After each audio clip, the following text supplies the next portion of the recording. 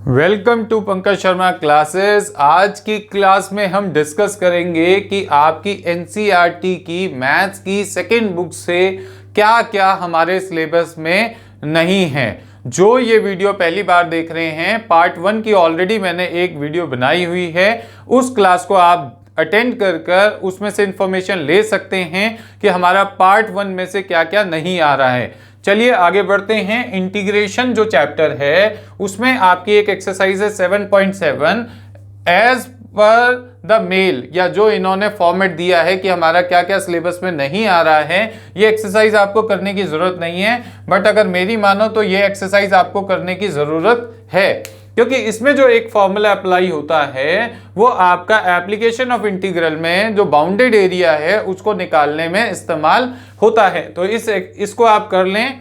8 या 10 क्वेश्चन है, ज्यादा नहीं है, इसलिए आप इसको ड्रॉप ना करें। अब बात करते हैं सप्लीमेंट्री की। सप्लीमेंट्री एनसीईआरटी की बुक के लास्ट में कुछ एक्सरसाइजेज इन्होंने ऐड करी थी, तो ये वाला टॉपिक आपको एनसीईआरटी की सप्लीमेंट्री में मिल जाएगा, जो आपको करने की जरूरत नहीं है। अगर आप बात करते हैं लिमिट ऑफ सम की, तो वो एक्सरसाइज 7.8 है, वो आपको करने की जरूरत नहीं है विद एग्जांपल्स। इसका एक क्वेश्चन मिसलिनियस में भी दिया हुआ है, दैट इज क्वेश्चन नंबर 40, वो भी आपको करने की जरूरत नहीं है। अब आते हैं हम चैप्टर नंबर 8 पर, एप्लीकेशन ऑफ इंटीग्रल। बहुत मेजर टॉपिक इन्होंने इसमें से हटा दिया है। Area between any two above said curve, हर बार एग्जाम में ये क्वेश्चन जरूर आता था। अब एक्सरसाइज 8.2 आपको करने की जरूरत नहीं है। इसके साथ साथ में उसके एग्जाम्पल्स भी नहीं करने हैं, और मिसलिनियस का एग्जाम्पल नंबर 40 और क्वेश्चन 13, 14, 15, 18, 19 आपको करने की जरूरत नहीं है। अब आते हैं हम चैप्टर नंबर 9 पर, डिफरेंशियल इक्वेशन। डिफरेंशियल इक्वेशन में से एक एक्सरसाइज 9.3 विद एग्जांपल्स आपको करने की जरूरत नहीं है। उससे रिलेटेड कुछ एग्जांपल्स भी हैं, 24, 25, 28 ये मिसलिनियस के हैं। और मिसलिनियस क्वेश्चंस के अगर बारे में हम बात करें तो 3, 5, 17 ये भी आपको करने की जरूरत नहीं है। अगर एक टाइप के बारे में बात करें, सॉल्यूशन ऑफ डिफरेंशियल इक्वेशन, अब आपका ये 9.5 में है, बट जब आप इसकी वैरायटी को पढ़ोगे 9.5 एक्सरसाइज में, तो आपको ये क्लियर हो जाएगा कि ये वाला कौन सा टॉपिक है जो आपको करने की जरूरत नहीं है। अब हमारे पास में आती है बात वेक्टर्स की। वेक्टर्स में आपका स्केलर ट्रिपल प्रोडक्ट नहीं आएगा, जो कि सप्लीमेंट्री मटेरियल वाली जो एक्सरसाइज है उसमें अवेलेबल है।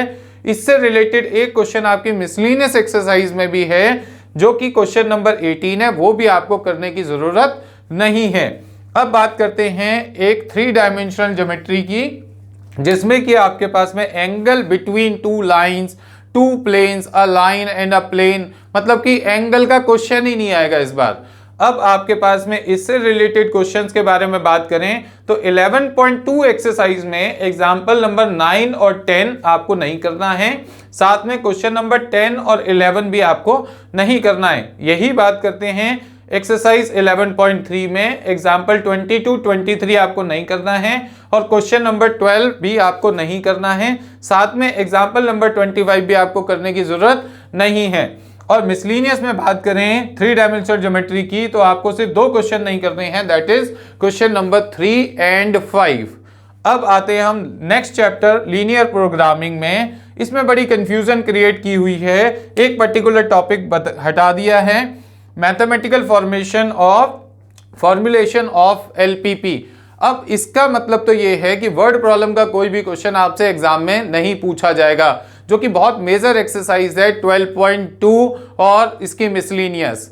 अब पर मेरा मानना ये है कि वहां पे कोई क्लियरेंस नहीं है कि ये पूरी की पूरी 2 एक्सरसाइजेज आपको करने की जरूरत नहीं है।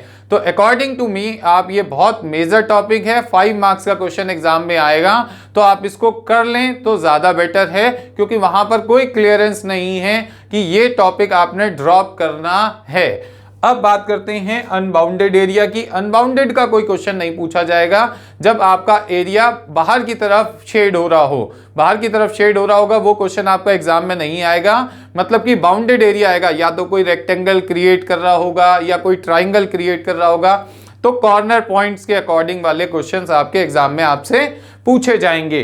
तो ये बहुत इंपॉर्टेंट चैप्टर है, इसमें आप कुछ भी ड्रॉप ना करें तो ज्यादा बेटर है। अकॉर्डिंग टू एनसीईआरटी, आप इसको पूरा पढ़ लें। अब हमारे पास बात आती है चैप्टर नंबर 13 की प्रोबेबिलिटी। प्रोबेबिलिटी में आपके पास में एक्सरसाइज 13.4 में आपके पास में रैंडम वेरिएबल की एक टेबल बनती है जिसमें आपसे मीन और वेरिएंस भी पूछा जाता है, बट इस बार आपका मीन और वेरिएंस आपसे नहीं पूछा जाएगा। बट इस एक्सरसाइज में से कुछ भी आपको डिलीट करने की जरूरत नहीं है। इस चैप्टर में आपकी एक्सरसाइज 13.5 विद एग्जांपल्स आपको नहीं करनी है।